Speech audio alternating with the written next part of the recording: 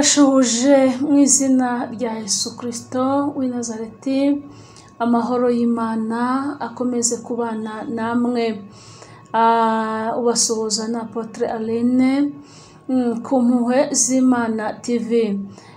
Muhabwe umugisha n'Imana kubwo kudukurikira kenshi. Ineza y'Imana, ubuntu bw'Imana bukomeze kubana namwe. Imana ibagirire neza, Imana ibanezeze, Imana ibishimire, Imana ibaha imbaraga, Imana inezeze imitima yanyu, abababaye, abadasinzira, abafite za stress, intambara zo mu isi ntaho twazihungira, kuko nasomye ijambo ry'Imana rirambwira ngo turi mu isi dufashe igihe mu ntambara. Muri ab'agaciro rero abadukurikira ku Mpuhwe z'Imana TV, turabibona. Comment muhabwe umugisha n'Imana, subscribe muhabwe umugisha n'Imana, mukora share muhabwe umugisha n'Imana ishobora byose. Tubibutsa ko umuntu wankenera ko twamufasha gusenga Imana aho waba uherereye hose, nimero zanjye ziba ziri aho ngaho, wazihamagara rwose tukagirana ibihe byiza.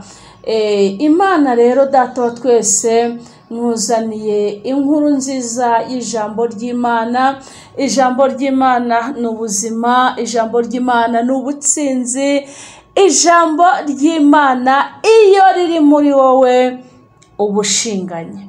Ijambo ry'Imana iyo riri muri wowe nta kintu na kimwe gishobora kukunyeganyeza, cyane ko muri iyi si turimo ibitunyeganyeza ari byinshi.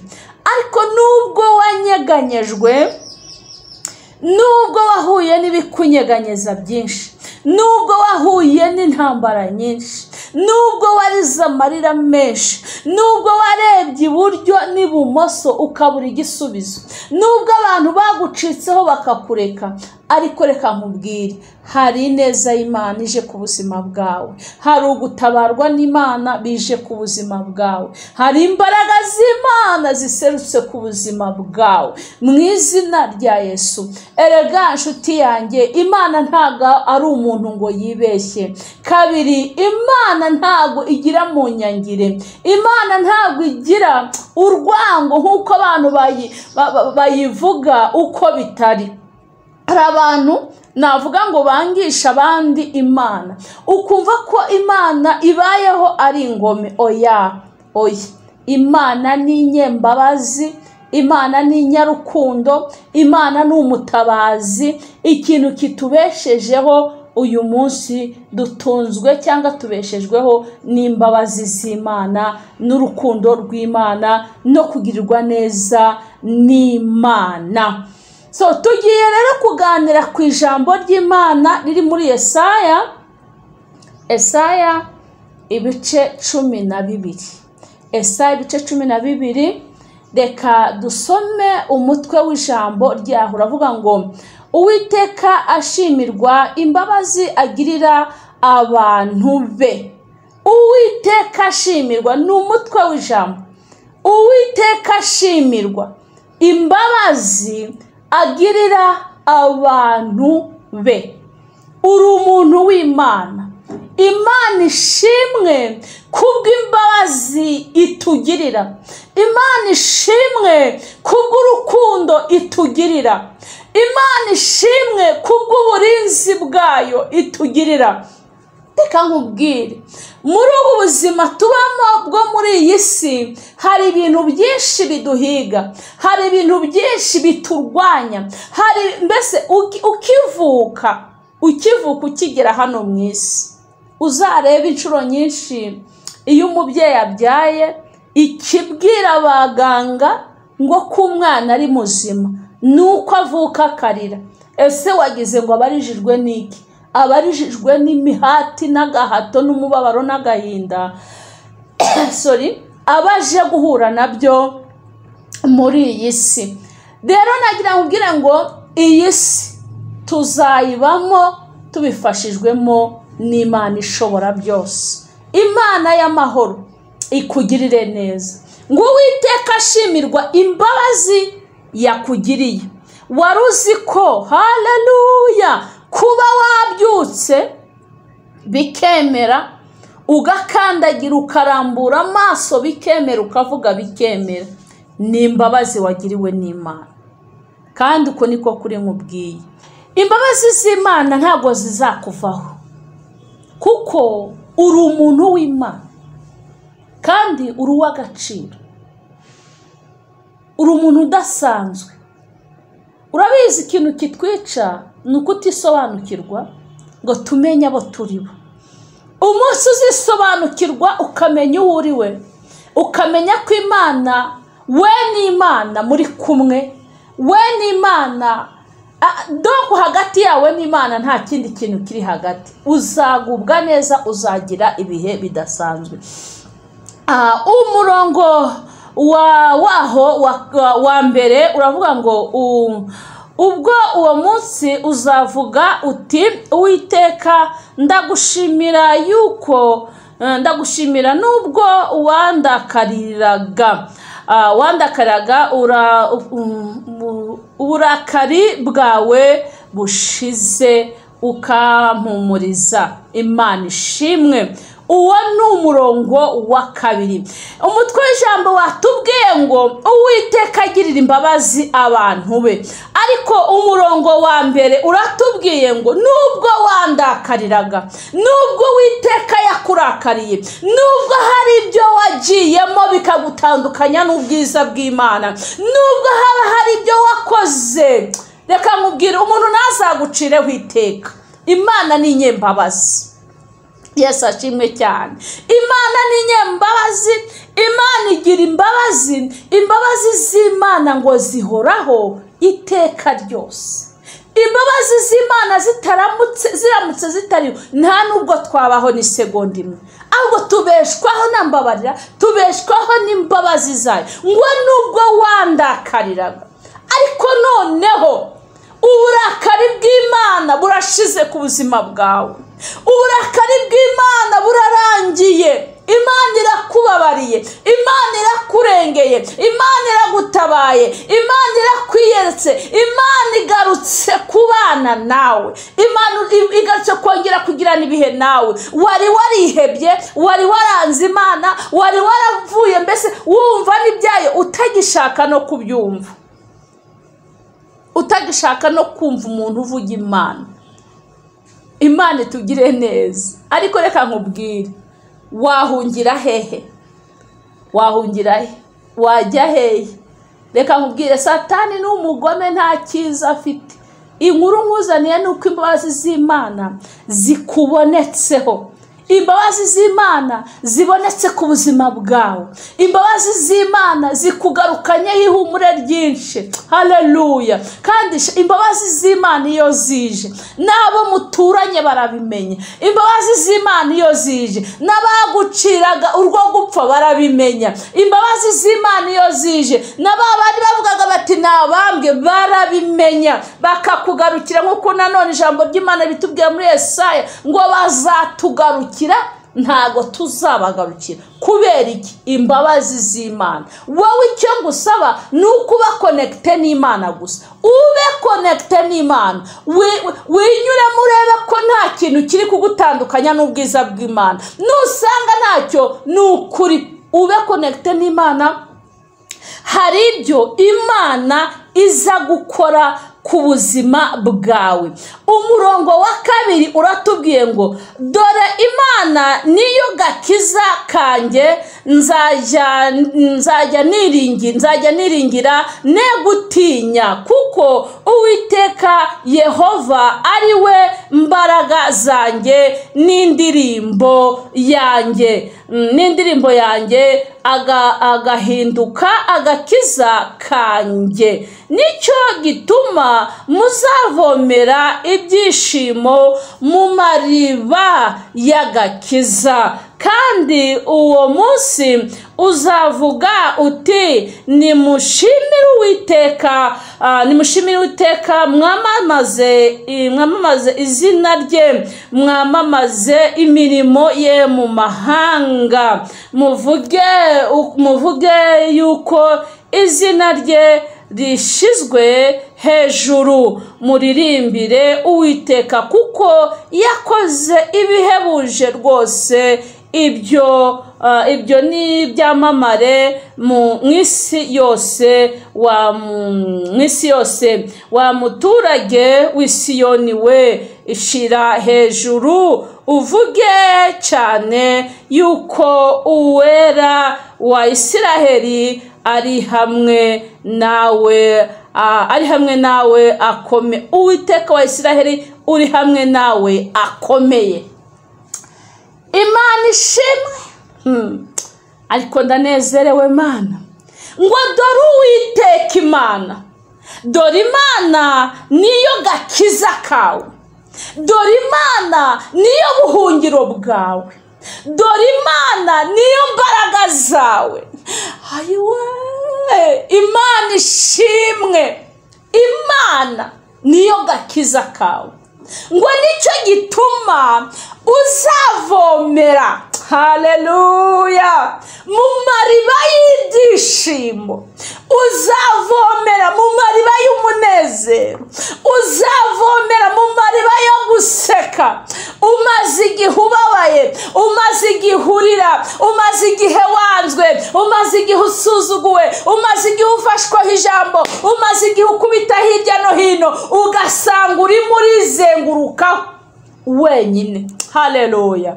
Ariko ngo dore Imana niyo gakiza kawe, dore Imana niyo mbaraga zawe, dore Imana nibyo byishimo byawe. Reka nkubwire, mbabarira wongere wishime, mbabarira wongere unezerwe, mbabarira wongere wishime. N'ukuri ishime unezerwe, we kwitera icyizere, we kubura ibyiringiro, we kujya kure, ngo uzavomera mu mariba y'ibyishimo nshuti yanjye, kuko Imana ariyo gakiza kawe, kuko Imana ari ikugarutseho, kuko Imana ari ikugiriye imbabazi. Umva mubwire kano kantu, hari umuririmbyi njya nkunda uvuga ngo abiringiye abantu barabahemukira, ndetse babahanga amaso bakabakoza isoni.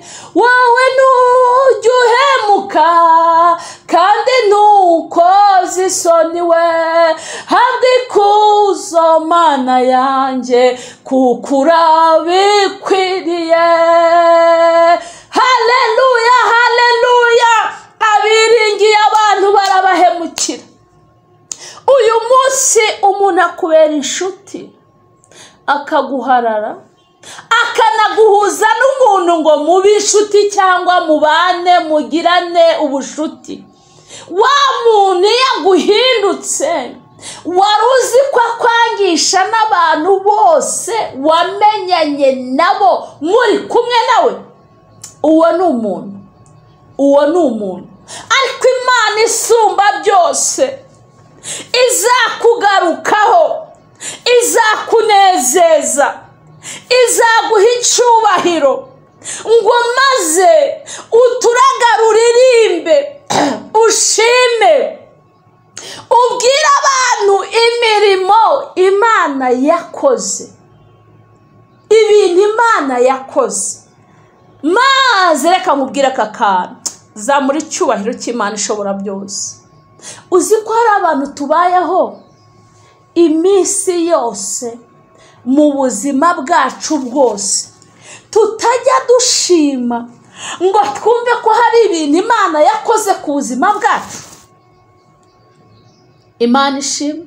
Kandi ijambo riratubwiye ngo nitubwire abantu imirimo y'Imana yadukoreye, twamamaze mu isi yose, Isiyoni yose bamenye imirimo Imana yadukoreye.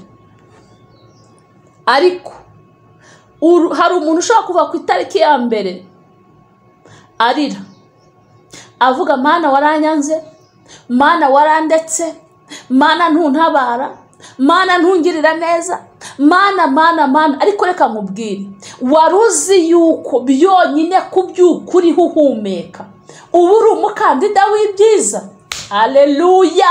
Kubyuka ugahumeka bikemera, kubyuka ntiwisange muri sonde cyangwa muri bomboni, kubyuka ntiwisange umanitse amaguru, kubyuka ntiwisange uri muri koma, urimo uhumeka mu mwuka wishyurwa amafaranga. Ujye umenya ko uri umukandida w'ibyiza, uri umukandida wo gutabarwa n'Imana, uri umukandida wo kubona neza y'Imana, kandi ni ku ijambo ritubwiye. Banza ushime, garuka ushime, shima Imana. Hari igihe wasenze ubabaye, hari igihe wasenze urira, wabuze n'igiceri cy'ijana. Uyu munsi Imana yakugiriye neza. Imana ikubwira ko iguhaye akazi warakabonye. Imana ikubwira ko iguhaye umwana waramubonye. Imana ikubwira ko igukoreye ubukwe warabukoze, ariko waragiye uriyorosa uraceceka, nta gushima, nta gukora iki, ntaki, urumva waragezeyo. Shima Imana ni ku ijambo rivuze. Shima Imana, ubwira abantu bose imbaraga Imana yagukoreye, ibyo Imana yagukoreye. Ubabwire iby'ubutwari Imana yakoranye nawe, ubabwire ineza y'Imana yacishije ku buzima bwawe. Ibuka cya gihe iwanyu bakwita ikigoryi, bakavuga ati uriya nta muntu umurimo. Yesu ashimwe cyane. Bajya gukora inama ntuzibonekemo, kubera ko wazibonekamo se ugatwerera iki? Warize, wararangije, yewe ufite na lisansi, yewe birashoboka ko na doctor yifite, ariko nta kazi urabona. Ese wari uzi ko Imana ikinze ntawe ukingura? Wari uzi ko Imana ikinguye ntawe ukinga? Imana yaragukinguriye.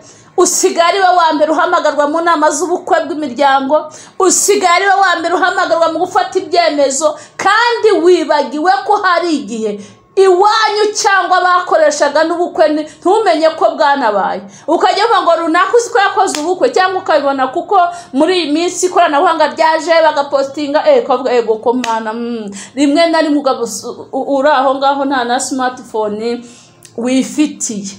Ariko ndakubwiye ngo imbabazi z'Imana zikugarutseho. Kabiri, abo zagezeho bakabona imirimo y'Imana.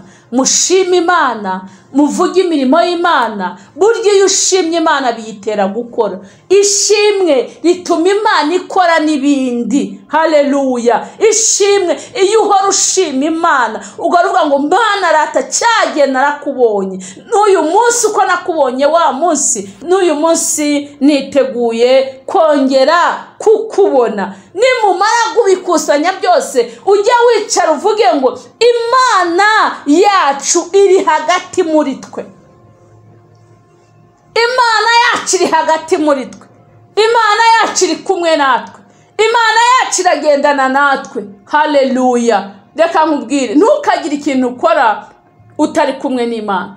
Ntukagire ikintu na kimwe wiyoboramo utayoboje Imana, kuko Imana ni umubyeyi wacu. Imana ni umubyeyi. Umva, twarayibonye, turongera turayibona. Twabonye ubuntu bwayo, twabonye imbabazi zayo, twabonye ubutabazi bwayo, twabonye itunezeza, twabonye duhindura amateka, twabonye ihindura amazina yacu. Nimuyishime, muvuge gukomera kwayo, mwamamaze izina ryayo mu mahanga yose. We kwemera guceceka. Haleluya! Wiceceka, vuga gukomera kw'Imana. Uko ugenda uyihamiriza mu bandi, nayo niko izaguhamiriza mu bantu. Uko ugenda uvuga imbaraga zayo, nayo niko izajya igenda ikuzamura uko bukeye n'uko bwije. Yesu ashimwe cyane. Haleluya! Ngo mu mahanga yose ngo ukora ibyo gukiranuka, uwo nguwo Imana iramwemera. Ukora ibyo Imana ikunda, ukora ibyo Imana ishaka, uwo nguwo Imana iramwemera. reka humura, imbabazi z'Imana zikugereho, nizimara kukugeraho izakwemeza batakwemeraga, izakubambira ihema, izakuzamura. Reka nkubwire, Imana irashoboye, Imana ifite imbaraga, Imana ifite ubutware, Imana ifite ubushobozi. Nshuti yanjye, uribagiwe amarira wararagurira mu rugo rwawe, nta kazi ugira, none Imana yarakaguhaye, ntabwo ukibuka, warabyibagiwe. Wazamura Imana icyubahiro ukavuga ngo Mana nushimwe, Mana nuhabwe icyubahiro, akugejeje ndagushimiye, akugejeje nguhaye icyubahiro, akugejeje ushyirwe hejuru, kubera kuri Imana itabara. Imana y'amahoro nibampera umugisha, Imana y'amahoro nibibutse, mwongere musubire ku gicaniro, kuko imbabazi z'Imana ziri kumwe namwe. Imbabazi z'Imana ntaho zagiye, imbabazi z'Imana ziracyari ku buzima bwawe. Imbabazi z'Imana ikibura ni ukuyamamaza mu mahanga yose, ukavuga gukomera kwayo, ugahamiriza abantu bose yuko Imana ari Imana yo kwizerwa no kwiringirwa. Imana y'amahoro ibampera umugisha, kandi mukomeze kugubwa neza. Shalom, shalom, shalom.